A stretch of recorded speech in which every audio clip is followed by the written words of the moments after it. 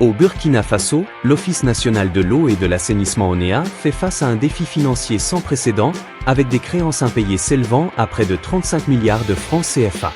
Cette situation critique, qui fragilise la trésorerie de l'institution et menace la continuité du service public, a conduit les autorités à adopter une stratégie de fermeté. Pour sortir de l'impasse, l'ONEA a sollicité l'intervention de la brigade Laballe, souvent orthographiée ainsi, signifiant « droiture » en fulfulde, une unité dédiée à la restauration du civisme et de la discipline sociale. Lancée officiellement en février 2026, cette opération cible prioritairement les gros débiteurs et les entreprises indélicates. En mêlant sensibilisation et mesures de réquisition, cette alliance inédite marque un tournant dans la gestion du bien public, transformant le paiement des factures d'eau en un acte de patriotisme obligatoire pour la souveraineté nationale. Dans cette vidéo, nous allons décortiquer ce sujet sur différents aspects. Surtout restez connectés en vous abonnant et en cliquant sur la cloche de notification pour ne rien rater de l'actualité burkinabé. Attention Flon Hay, ce que vous allez voir va vous choquer. Ne ratez rien. Terre d'infos.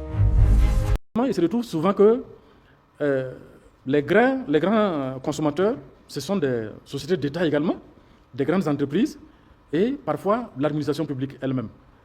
Donc, c'est déjà un premier pas que...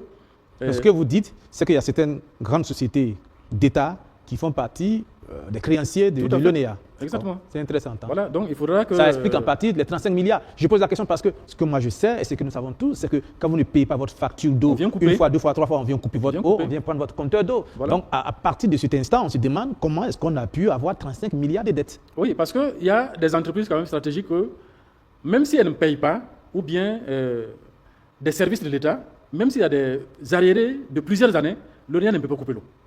Vous n'imaginez pas, par exemple, l'ONEA aller couper l'eau dans un ministère mais dans un hôpital, par exemple. Dans un hôpital. D'accord, je suis d'accord avec vous. La question que je pose, voilà. Au lieu de mettre la pression sur les Burkinabés, de dire que les Burkinabés ne payent pas les factures d'eau, que l'État s'organise pour demander à ses créanciers internes de payer les factures d'eau. Oui, beaucoup de gens ont accumulé des retards de paiement. C'est possible? Oui, c'est possible. Sans qu'on coupe leur eau? Non, on peut venir couper. Le contribuable peut voyager, par exemple, pendant un an. Et il n'y a personne dans la cour et on n'arrive même pas à accéder pour relever le compteur. D'accord. Ça, c'est une des situations qui arrive souvent. Mais il y a également, on se rappelle, pendant la Covid, où les factures de l'ONEA ont explosé. La plupart des citoyens ont vu du jour au lendemain leurs factures d'eau passer du simple au double et parfois même à des sommes aberrantes. Et parfois également, l'ONEA vient enlever le compteur, mais on continue de vous envoyer une facture et vous devez payer la redevance. Mais donc tout cela, c'est un problème de gestion qu'il faut voir au niveau de l'ONEA. Est-ce que vous en dites qu'au niveau de l'ONEA, est-ce qu'il y a parfois de l'incompétence à un certain niveau? Bon, je n'aurais pas jusqu'à dire qu'il y a des incompétences, mais il y a le fait que les réformes tardent. C'est maintenant qu'ils sont en train d'implémenter. Parce que ce que vous dites, il y a de nombreuses familles, de nombreux foyers qui ont vécu la même chose. Exactement. Les factures augmentent sans que le nombre de personnes n'ait augmenté. Sans que la consommation n'ait augmenté. Les agents de l'ONEA viennent, il n'y a pas de fuite non plus. Exactement. Et puis après, on ne sait plus à qui s'adresser. Tout à fait. L'autre chose aussi, c'est que vous voulez qu'on paye les factures à temps, mais parfois entre midi et 2, quand vous êtes un travailleur, vous dites, bon, entre midi et 2, je vais à l'ONEA pour aller payer ma facture d'eau. Mais parfois, vous arrivez, il n'y a pas de guichet ouvert. Exactement. Il y a des longues files d'attente. Il n'y a pas de guichet ouvert. On se demande qu'est-ce que les travailleurs de l'ONEA font. C'est un travailleur font. Impossible de payer sa facture d'eau directement par les téléphones mobiles aussi. Ça pose parfois problème. Il y a eu tellement de conflits là-dessus. On a payé par Orange Money, par Move Money. Ça n'arrive pas. Il y a trop de problèmes. C'est compliqué tout ça. Le service, l'ONEA est doté de ce qu'on appelle un service de recouvrement, du contentieux et de recouvrement. Alors, quelles sont les missions effectivement de ce service-là?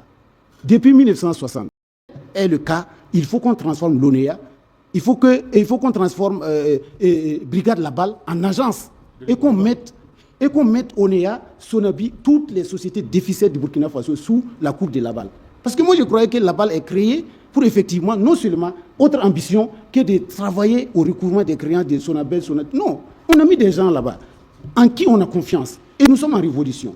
Thomas Sankara, vous savez comment Thomas Sankara faisait pour nommer les directeurs des sociétés aussi stratégiques comme l'ONEA et comme la Sonabi et comme tout autre. Donc, il faut qu'on assume. En fait, en réalité, si nous nous caressons, nous allons transférer ces déficits-là à nos petits frères. Il faut qu'au Burkina, il y a des textes adoptés de longue date qui disent qu'il faut procéder par appel à candidature pour le recrutement des directeurs des sociétés d'État, des directeurs généraux. Mais cela également procède de la transparence et de la bonne gouvernance. À partir du moment où vous êtes recruté par appel à candidature avec des cahiers de charges bien connus, vous avez obligation de résultat. Nous avons vu dans la tentative de coup d'État où des généraux se permettaient de prévoir la direction générale de l'ONAB à des complotistes. Mais ça veut dire que tant que nous sommes dans cette gouvernance-là, mais c'est tout cela qui entretient la corruption. Ça veut dire que les gens luttent pour être nommés à un poste, sachant que dès qu'ils font un naissant, toute leur carrière, toute leur vie est assurée. Et ça, c'est très dangereux.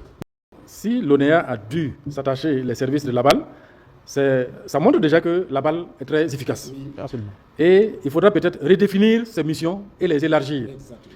Et qui sait, peut-être que demain, c'est Laval qui va recouvrir les impôts.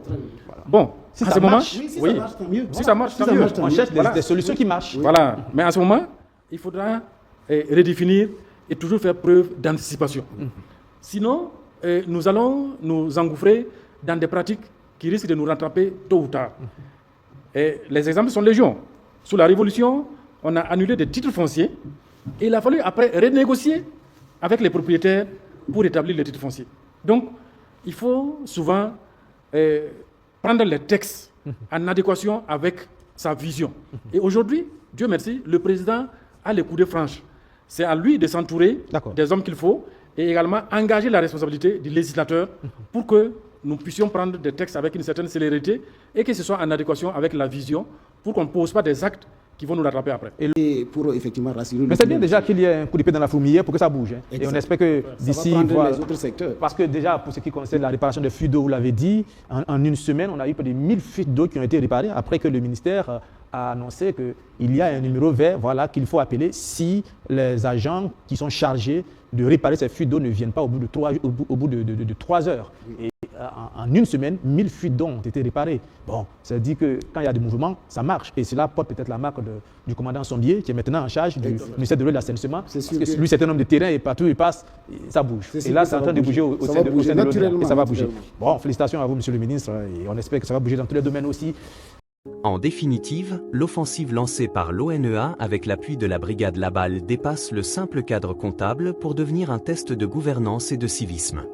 Si le recouvrement de ces milliards est vital pour moderniser les infrastructures hydrauliques du pays, il illustre surtout une volonté de rompre avec l'impunité qui a longtemps prévalu au sommet de l'État et dans le secteur privé. Toutefois, le succès de cette mission ne se mesurera pas uniquement aux sommes réintégrées dans les caisses publiques, mais à la capacité des autorités à maintenir un équilibre entre fermeté républicaine et justice sociale. Dans un contexte de transition où chaque goutte d'eau est un enjeu de souveraineté, cette opération rappelle qu'aucun acteur, aussi puissant soit-il, ne peut se soustraire à ses obligations citoyennes. L'eau est un bien commun et sa préservation repose désormais sur une responsabilité partagée sous l'œil vigilant de la brigade.